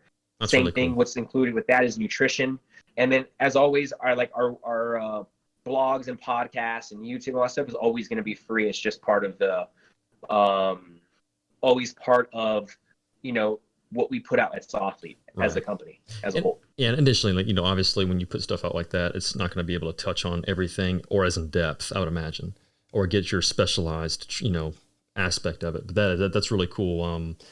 What was I going to say though? But I was going to say it was $36, you know, a month, or give or take. Honestly, that's not bad. I mean, that's I would say that's cheaper than most in-person training or in-person, you know, coaching or gym memberships as well, for the most part, you know, when you're getting help from someone. But what you guys have to offer is a lot. I mean, like the specialized app, I think, is really cool. And since you guys have 5, you've had it for, how long have you guys had the app? Give or take. We actually started the app in 2017, because we started off with PDFs and Instagram and Facebook, and just that. And then we moved over to Train Heroic, and then after Train Heroic, we had our own app. Mm-hmm. Yeah, I mean, that's a long time to have a good, polished, developed app too, which I think is always going to be a downfall for a lot of folks. Is like, you know, if you have a a poor interface or poor UI, and that's kind of confusing, or can be kind of clustered. And I generally see that when like with new stuff that's like released, but when you've had about 4, almost 5 years to really polish it up and make a good product for people to use, I think that's a good aspect as well. That's awesome. Yeah, no, thanks, man. I appreciate it. It's and I can't take credit for all that stuff, man. Like I said, we have so many heads in the company that are so creative and come up with all these ideas. And I'm just one part of the system. Mm-hmm. One system of a multiple system company that makes it rock and roll and do its thing. Very cool. We'll have all that stuff linked up and everything posted is tagged as well, so you guys can check all that out, and we'll have that available for so it's sofleteheadquarters.com, or is it soflete.com? Yeah, so Soflete HQ. Soflete, excuse me. Yep, awesome. Okay, and we'll have that linked up, and for those who like me who can't process stuff listening to it, and I have to have it in front of them, so we'll wrap up Soflete right there. I think I've said Soflete wrong like 5 times now, but moving on. But anyways, though. Let's talk about you, man. So obviously, like you said, the pros of having, working there allows you to do stuff outside of that job. So you have your own personal projects, things that you work on. I'll touch on these, and then we don't have to hit every one of them. But like, I think I mentioned, and you had told me that you were actually writing a book. And if that's a spoiler, then I can just edit it out. But that's really, really cool. I would love to talk about that a little bit. Your blog, as I mentioned on the intro, very good, heartfelt stuff, transparent, no bullshit. And then obviously you do podcasts as well with Soflete, and then as well as other podcasts where you jump on and you discuss stuff. And then you also mentioned that you started getting into photography a little bit. Yeah, actually, man, it's funny you say that you bring up all the those things that I do outside of Soflete. I guess I do those things just to kind of create some variation and create the creative aspect of myself, because I tell you what, like being able to have those outlets is kind of what I call them, allow for me to make my work better, and the same thing, my work allows for me to make my outlets better. Just like everyone else, you have a full-time job, you do that, but at the same time, that full-time job isn't who you are. And I think a lot of people get stuck in this idea and mentality of like, hey, I have a full-time job, that's what it is, and I can't do nothing else but that. And I think that is completely fucking wrong. And I think it's a bad way to look at it. And, we're human beings. We're allowed to go ahead and recreate who we are, reinvent who we are, and we have that power and choice. And I think it's something we don't do a lot of, and it's something that I've really taken to heart, like going to school to get my bachelor's in sports psychology. I like to take photography. I get out and take photos a lot. I like to do that. I like to write a fuck ton. I like to have conversations and do podcasts. I like to, spend time with my family. I like to get out in the mountains and run. I love to do all these different things that, don't allow me to identify myself too. Yeah. I am me, and then all those other things are just sub outlets of what I'm doing. Right. Yeah. And keeping me who I am, and it's like writing a book, it's like, I don't know if it's going to be published or whatever else. Like, all I know is like, I'm staying persistent, as in terms of something I've never done before. It's never been something I've been consistent and persistent in writing. And it's not easy, man. It's fucking hard. I was about to say, there's days where... Go ahead. I'm sorry. Oh, you're good. No, I'm just saying, like, it's hard, man. Like, it's difficult. Like, like I came off social media 4 weeks ago, or about 4 or 5 weeks ago. And I'm not on social media right now. I'm off of it. And, since then I've written maybe 8 pages or eight things that I want to go ahead and have looked at only in 5 weeks. I mean, I guess that's good, but yeah. It's hard, man. Like, I write every day, either for school or for that, or for Soflete or whatever. I'm always doing some kind of writing. So going over there and having to write that way for the book, and the project I'm working on there is like, it's like memoirs and experiences from my deployment. And for my last deployment in Afghanistan, and it's not about telling the stories of the deployment. It's more like the lessons learned that I've learned throughout that deployment, from different experiences and situations that I was going through, that allowed for me to have a different perspective and appreciation 10 years later. That's all it really is, So when I get into start writing that way, it's like, all right, cool, I have to write, but I also need to find and express the lesson of that experience. Yeah. And what I've realized is that's been the hardest thing to do, is because I know the lesson, but how do I convey it into words to where people can read it and be like, there it is, without seeing it as the lesson right away? that Right. is the thing I'm trying to do there. And that's really hard, man, because it's not me sitting there writing about, this firefight that I was in and I had to like, move from one security position to another murder hole and put rounds down range, or like having to call in mortar rounds. It's none of that stuff. It's literally like the overall experience that has put me into that position to where now it's like I look at that experience and the lesson it taught me to continue living today.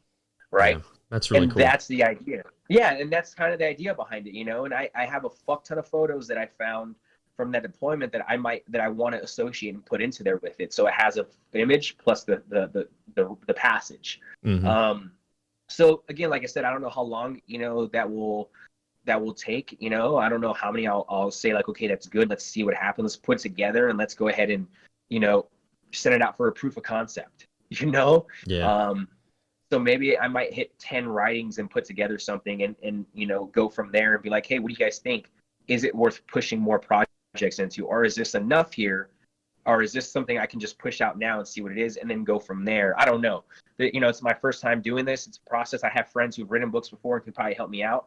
But the way I'm trying to do it is trying to be completely different in terms of what I'm doing with this book than, what is out there when it comes to like talking about a war or a military book. Yeah, because you don't want to drag the mission, not the mission, but the message down with putting that aspect in there, and you want to, like you said, I think it's really cool how you are trying to make sure that your message is conveyed, but not immediately, but also not focusing on it too much, and having basically a pure reflection of experiences that you've had, that maybe are the most life-altering, life-changing events that you've had, and I think that's a really, really cool way to have different outlooks and different aspects of it. I would get that. Yeah, I would man. get that book. That's really cool, and I always enjoy like looking at the pictures and reading experiences and how people respond to stuff. I think that's a really cool thing, man. So, and like you already said, it was pretty difficult. So, what, how much time does it take to even go through a page? Like I have no idea of writing a book or a novel. Honestly, like the best advice I got was given to me was just write. Yeah. And just go from there. So like I'll go and sometimes it might take me an hour and a half to write 100 to 150 words. Mm-hmm. And maybe that's slow for some people or that's slow, but like that for me gets me is my flow right now.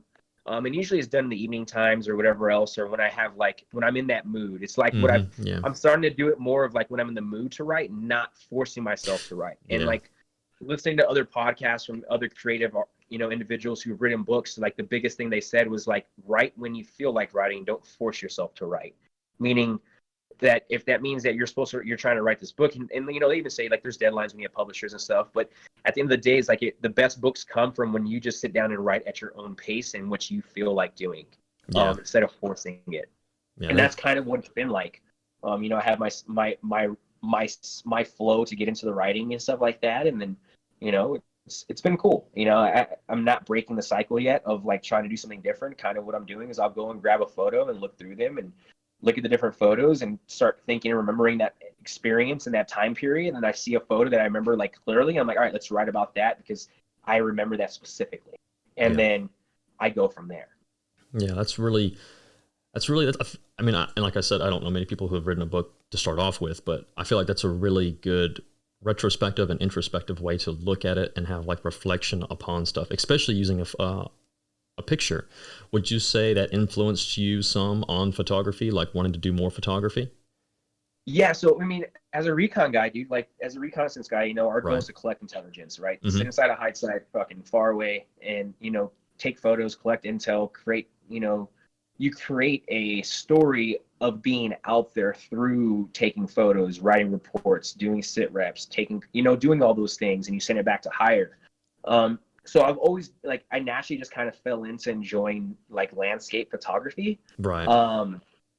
Because that's what I had to do as a recon guy. We had to take panoramics of the landscape to get understanding of it. So I got a really good eye for that, and that's what I do now. It's like, you see on my website, if you go look at some of the photos, it's a lot of landscape stuff. I might have one of my daughter on there, and I need to update it more. I need to be more persistent on that too, because I think that's another outlet for me that I enjoy. I just haven't done stuff. And I have so many writings and so many photos, dude, that I could post up fucking daily if I wanted to. Like, that's literally for a little bit, that's the truth. So it's kind of like one of those things where it's like, photography for me is just allow for me to have a different way of creativity, to look at things from a different perspective. Right. I carry a camera with me in my satchel bag everywhere I go. Like it's always on me, either a film camera or a point and shoot, and that's it. You know, and it's fun. I enjoy it. I like to catch moments that, you know, you're never going to realize, like being able to catch the uncommon moments that no one really understands or sees, you know. You know, mentor of mine, Mark Twite, he even mentioned, you know, he said he saw a photo back in the day of you know, him and a couple other guys that are no longer alive. And, you know, he was really happy that someone took that photo, because again, it wasn't the fact that it was a photo in terms of like the positioning and everything. You know, it was a photo that caught a time where they had just gotten done doing something really fucking cool in the mountains, and they had just gotten back to talk about it, and someone took a photo of it. And now you can look back because those guys are no longer, and bring happy memories to themselves. Does that make sense? Yeah, no, absolutely. So, and that's kind of where I'm at with photography now. Yeah, and it's funny that you mentioned that too, because I've had like thoughts and processes on this as well. And if there's anything good that's come from like mass social media, maybe like Instagram or like, you know, smartphones, that's definitely one thing that I feel like I really, really do appreciate, is maybe like, you know, taking a picture or sending, you know, taking a picture of something, whether it's on Instagram or it's archived or whatever, maybe years back. And at the time you don't really respect it. It's just like, you know, just a moment, you know, enjoying. But then like when something's lost, or someone like you just mentioned, you know, some of those guys aren't there anymore, or anything, any kind of experience that maybe you're not able to do again, you're able to reflect on that and get that moment. And even though you can't, you know, you maybe can't bring it back or, you know, experience it again, at least you're able to retain those memories and keep them fresh inside. And I think that's one really cool thing. I did that not too long ago, looking back and, you know, just thinking, you know, man, I didn't appreciate it at the time, but I'm able to appreciate it more now, especially with how cameras on phones are getting so much better. And then, you know, having photography, an actual shoot camera is also really cool to have. And I think that's something I'm trying to make sure that I take advantage of more so now than I ever have. Yeah. No, and it's cool, man. Like that's the biggest thing about it. Like I really enjoy just like being able to get behind the camera and just catching that photo. And another big thing too, I really enjoy, and the reason why I like shooting with my point and shoots, a little Sony point and shoot cyber shot, you know, is I can get some shots when people don't even realize I'm taking the photo. Mm-hmm. Like that's the cool part, right? Like I try and be invisible when I have my camera on me, especially in public settings or when I'm around friends and family, like I'm getting photos of them.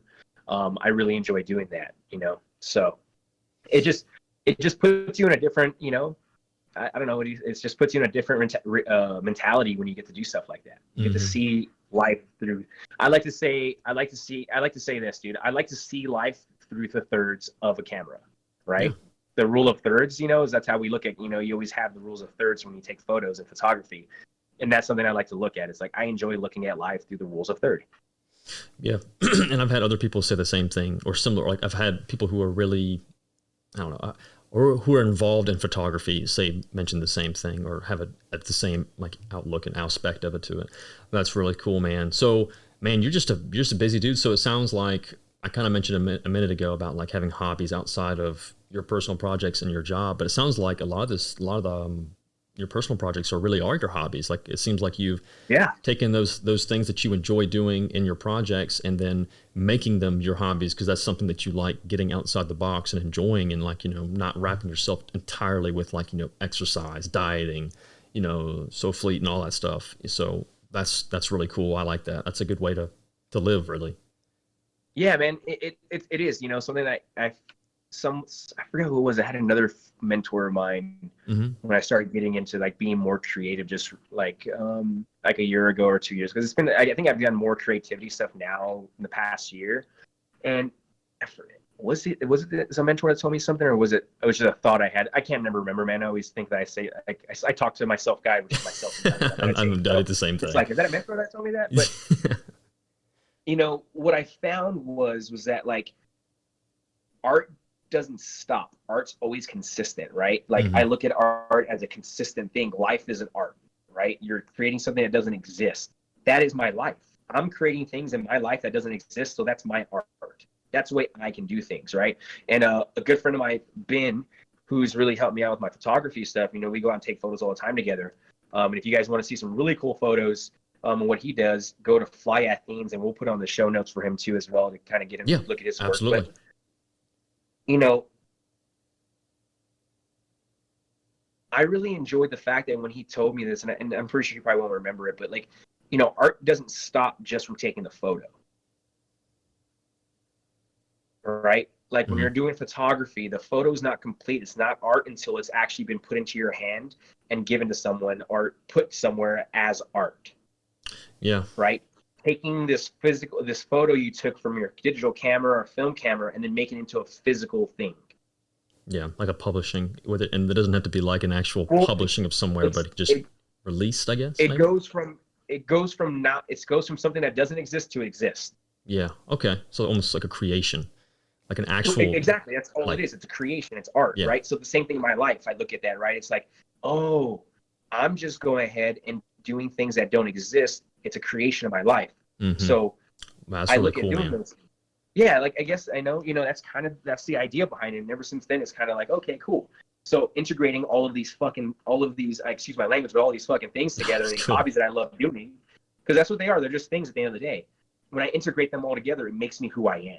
Yeah, it allows me to be who I am. It makes me a better father. It makes me a better husband. It makes me a better professional. It makes me better at my job. It makes me a better photographer. It makes me a better writer. It makes me better. All these things, right? Like because I'm able to integrate all of them to make myself whole. That's a really good way of. I said it a couple minutes ago. That's a really good way to live your life and have a good outlook, but also have reflection on stuff and create yourself and have an identity and not following what others, like follow. How do you say it? But like, having individuality, I think was what I'm trying to say. And I think that's really good. Like I'm going to start writing down some notes after this and kind of trying to to implement that and make sure that I'm doing that same thing. But man, that's I say this, dude. I read a lot of philosophy books that I like to read, and I read a lot of like philosophy and the book that I got this from. If you want the show notes for it, absolutely. It's from a European and Danish philosopher back in like the 1850s all the way through the 1930s, like their rewritings, and they talked a lot about living life outside of the crowd. So like that's hard to do, right? Like because people think they're living life outside the crowd, but honestly, they're the loudest person within the crowd. Living life outside of the crowd is actually taking and holding tight your individuality and not allowing it to be influenced by the crowd. That's how you live outside of the crowd. Yeah, no, you're right, dude. You're 100%, and I think a lot of people get wrapped up in not doing that or not trying to go after that, and they cap themselves and they limit themselves on what their skills can be, and then I think that wraps up of people they idolize, I guess you could say, and then they, instead of following their own identity, they wrap themselves around that and they cap themselves. But that's yeah, man, that's I 100% agree with you, and I'll be 100% honest. I've caught myself not doing what I want to do and following something else and being a part of a crowd, and then I think as I get older, I appreciate the things that I enjoy and breaking off, kind of like what you were just mentioning, and breaking off from that crowd. Yeah, I've had to really work to do that. But yeah, dude, I guess you can say I'm pretty.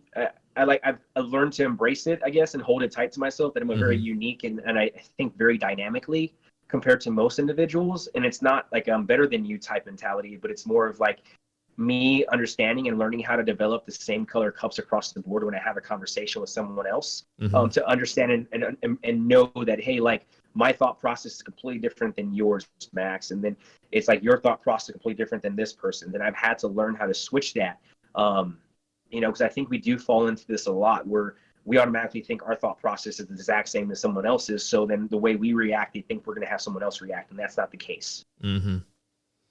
Yeah, I would definitely like to check out the book that you're mentioning. That would be, I think a lot of people need to have more self-reflection and follow stuff like that. And not everything you just mentioned, I think that's a good way to move forward. And I think that kind of refers back to what we started earlier off. And I asked you about the phrase "die living." I think that kind of also it's like just comes and meets each other right there. I think that's very, I don't know how to say it. pinnacle, I think, in pinnacle in living your own life, you know, pinnacle enjoying life. Yeah. Yeah. I guess you could, yeah, you know, and I wouldn't say it's a pinnacle because, like, I would always tell you, like, there's no way. I wrote something for the wife, you know, we get married next year, but I wrote her something, and Nice. you know, I wrote this and I sent it to her a while back, and I share all this. I don't care about sharing it, but like I talked about, like, you know, there's a top to the mountain, but there's multiple mountains to be climbed. Mm-hmm.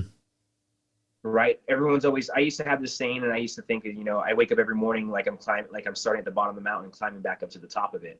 And it's the truth, you know. And that's how I look at it. But at the same time, though, it's like I wrote this to her in that writing I did to her. It was, you know, at one time I thought that the top was only the top until I got to the top and I realized that there was many more mountains to climb with you. Yeah. And that right there allowed for me to understand that, like, oh, okay, cool. This is an enduring aspect of not just a relationship and our love for each other, but for life, right? Mm-hmm. I always thought it's always just this one mountain climb. No, it's a range of mountains, the depth of mountains that you have to climb over and over, and every day it's not going to be easy, or it's not going to be easy. Some days you're going to be on top of the mountain. Some days you're going to be going down the mountain. Some days you're going to be going up it. Mm-hmm. But the goal is to consistently be moving forward and understanding how to do so.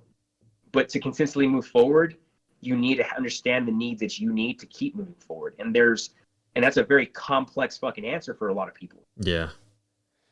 Yeah, I think. But it's okay. Yeah, absolutely. Gosh, I was just going to say something and it slipped my mind just as they were saying that.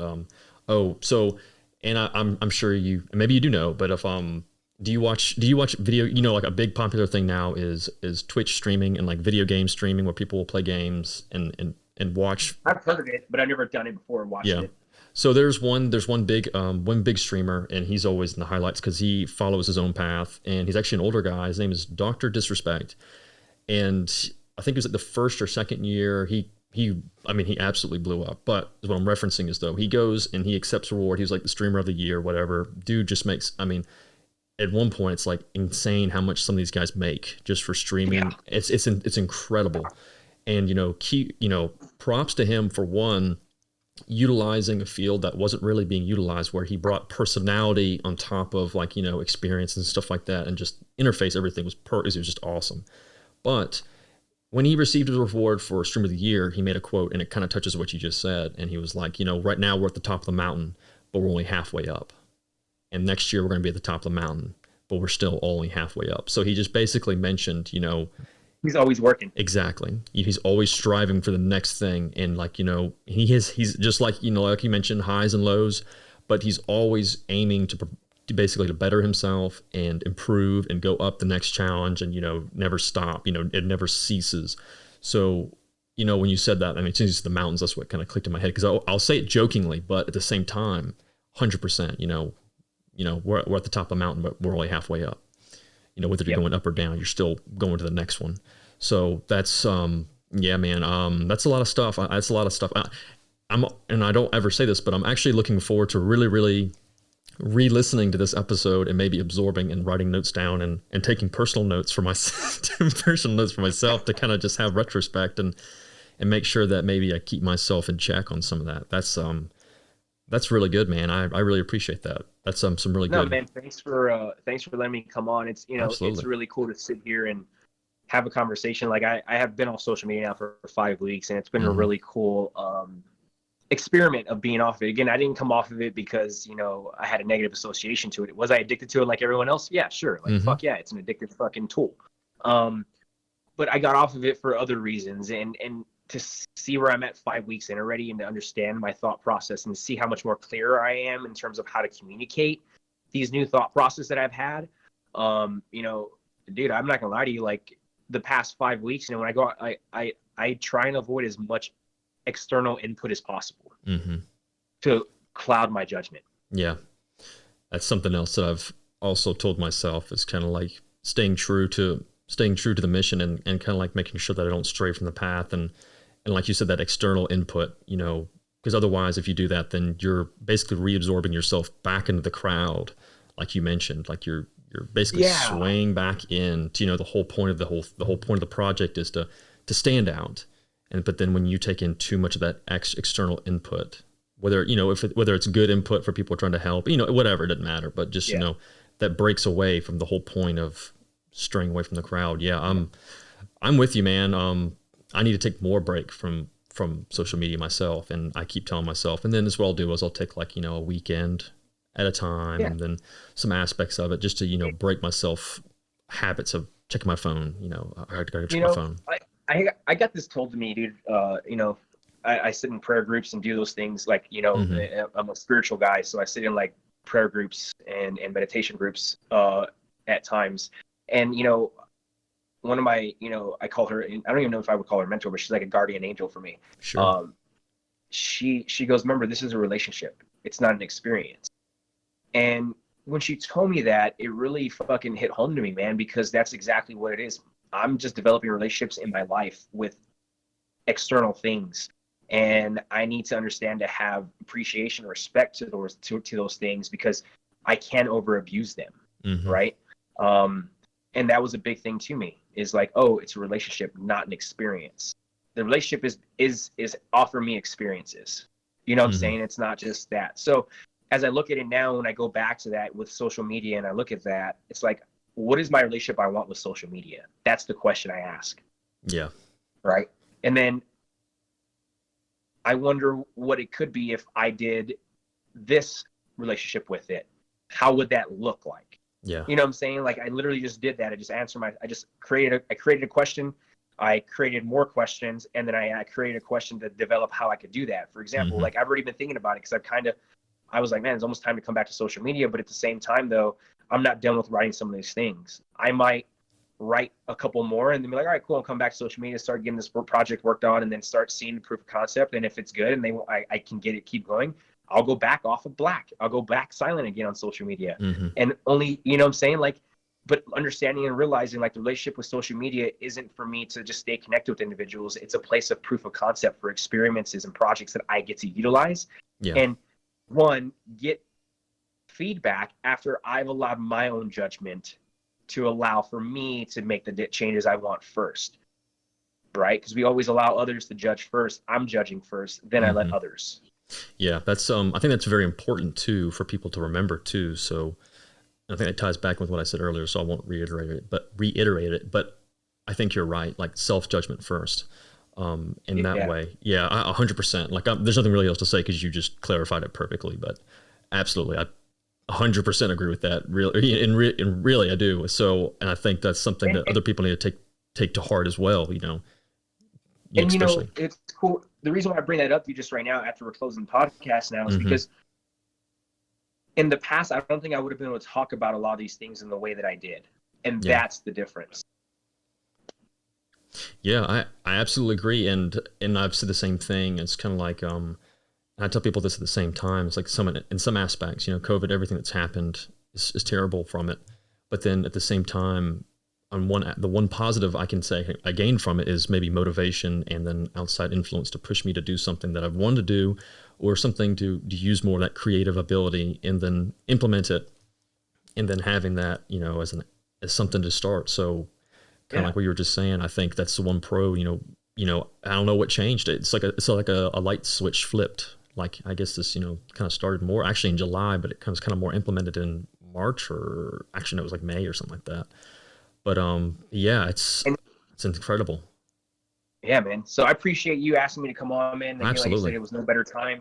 I'm pretty sure, like, again, if you're gonna, again, like I said, I couldn't thank you again, man. It was fucking awesome. No, man. I appreciate thank you. I appreciate the questions, everything. It was a really fun time. Yeah, I enjoyed absolutely. It. Yeah, and again, I can't tell again how you look at everything that you do and the fact that you're able to dedicate just a little bit of time, whether it be an hour, 2 hours, and then just communicating back and forth and scheduling it up. I really do. So it means a lot, even more to me, that you take enough time for me to set this up and take time and go over this podcast and discuss all these topics, some stuff that most people would not want to discuss. And then also not giving me like just I don't want to say a fake answer, which no one's giving me a fake answer, but everything was so heartfelt. It was just, transparent, so passionate. And like, you can just, that's what I aim for. I always say the word passionate, but that's what it feels like, you're listening to it. Like I said, I'm excited to listen to it again. Like, I don't know how many times I'm going to listen to this, but I'm really excited to, go through it again and just experience it. I have to give credit, dude. I didn't realize this. I have to give credit to a podcast I actually listen to. Sure. Which one? Let me pull it up real fast so I can verify real man. quick for you, because, dude, especially for you, if you're into, creative type podcasts, it's called the Unmistakable Creative Podcast. Okay, let me write that down. Unmistakable Creative Podcast. Yeah, and I guess I have to say, I gotta, like, the reason why I said, like, that's super cool, like, you said that is because that's what I felt listening to that podcast, and you'll get what I'm saying when you listen to one of the shows. You'll get awesome. Yeah, I'll hook that up, and I'll definitely make sure I take advantage of that, and that's something I enjoy doing, because while I think the one people always ask me is like, how do you enjoy having to listen to yourself again? It's like a hit or miss. Generally I don't focus on myself talking. I focus more on like the audio quality and then like, excerpts and stuff. But the one thing I feel like I've slacked on since starting is not enjoying podcasts of other people, which in reality, that's how I got into it. I enjoy enjoy listening to podcasts. But yeah, man, thank you so much. This was awesome. This was just, just really was. It was a great experience. Like, there's just so many different things you can really appreciate in this episode. Really, there really is. So how can they reach you, man? I know that you're currently about to return to social media, but obviously you still utilize Instagram, Facebook, maybe, correct, email, and then you also have your blog Facebook, and everything. Yeah, so you can get a hold of me, George@Soflete.com, if you need to reach me there. That is my work email. If you need to reach me on my personal email, it will be gb3athletics@gmail.com. And then if you need to get me on Instagram, it's just at George or gbriones_3. You can catch me on there. I probably, like I said, Facebook, I check Facebook right now once a week due to work purposes. Mm-hmm. So if you throw something in there, I might catch you in there, and that's just George Christopher Briones III. And then, I also, you can catch me over at Stick to the Program in terms of their podcast as well. I do a bunch of stuff with them as well. My buddy Casey Parlett and Arm over there, we're really trying to push the whole idea of health and wellness in a different aspect of just programming. Mm-hmm. Very cool. It's completely opposite of Soflete, non-conflicting. It's really cool because we have a lot of Soflete members who listen to that, and we have a lot of people do that, go back and forth, and it's really cool to offer something completely different in terms of looking at health and wellness, and in more of a I don't even know what the word is. It's like, hey, it doesn't matter what program follows, what we really push. It's more of like, hey, how routinely are you and how consistent are you at doing the right things? Mm-hmm. So yeah, check that out, man. I think a lot of people enjoy that as well. We write blogs on there, so if you ever want a blog, I've written blogs on there as well. And then thanks for calling out the memoir for those who are healing. When I wrote that, bro, I cried a lot writing that thing. And I do write very dark, as you can tell. Mm-hmm. Well, I think it's good. I think it's a good thing though, because if you short yourself of how you feel or the experience, and you don't give it the full emotion of that, I think it just ends up bottling it up itself more. It's like, you write something and like maybe you describe something, but you really don't give the full emotion. I don't think it was dark at all. I think it was, again, I use the word passionate, but I think it's more passionate. Yeah. I think it's more transparent. I think it's true. Like, I would rather read something dark that is exactly how someone felt or how they experienced it than a half-baked emotion or a half-baked, summary. And so, and then, I had this on the outline and I was going to discuss it, but, I don't want to go too much into it, as much. I know some people, it's different. People reflect differently on it, but, I had an episode with, one gentleman, named with Arcane Concerted, and he had some similar experiences. But I feel like being able to have that blog and put yourself out there, I think that's just, I don't know. I think it's really brave because, you're allowing others to see and understand. But at also at the same time, I think there's a lot of virtue to it because, some people might not find it as easily to describe those emotions, or they don't like discussing it. And when you have a badass dude like yourself show, like, this is what, this has happened, this is, what I experienced, this is how I dealt with it. This is how I felt, there's the emotions that I received from that. I think that allows people to realize it's okay to feel that way, No, I like that, dude. I appreciate you saying that. And again, like I said, you kind of called me out, and I think I'm going to start being a little bit more, what's the word, active on it. I have a space for podcasts, I have a space for photos, and I have a space for writing. And as I've been off social media, I also want to have it to where people can not have to just go through my social media. I'd rather have a website where you can read my stuff if you want to hear me talk. And again, I'm not saying that like that's a cocky thing, but that's like, I've found like over time, individuals enjoy reading my stuff and hearing me talk about that. It just allows me to value myself that much more. Absolutely. So I appreciate that, man. I appreciate you sharing that. And I appreciate that because it's going to hold me accountable now. Now I need to find a schedule, maybe to post once a week or something like that. Thanks, buddy. No, absolutely. So, I'm glad. Again, I can't thank you enough. This was just, I got fucking goosebumps just listening and just not talking about and discussing it. It's just awesome. It really is. And I'll have everything linked up, for you, everything we discussed and all the stuff we, mentioned as well. So everyone can reach out to those outlets and check them out, especially the blog, your posts, your photography, all that stuff, and podcast. Again, man, thank you so much. This has been awesome experience, and I hope you have a great weekend. Pound it through, and this episode will be hopefully ready up next week. But again, thanks so much, and I hope you have a great one, dude. I'm excited for your next projects. Thanks, man. I appreciate you, dude. Very Absolutely. much. Thank you. All right, man. That's all she wrote. Nice, that's it, dude.